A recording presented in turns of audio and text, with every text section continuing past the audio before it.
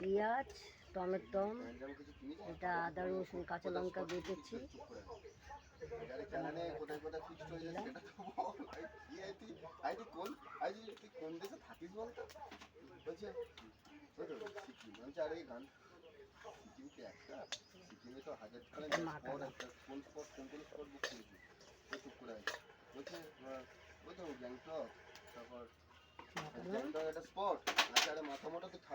তেল দিয়ে দিলাম, বেশি করে তেল দেবো, কলা পাতা দেবো, কলা পাতা দিয়ে দিলাম,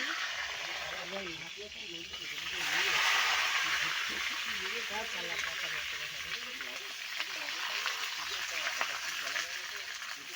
এটা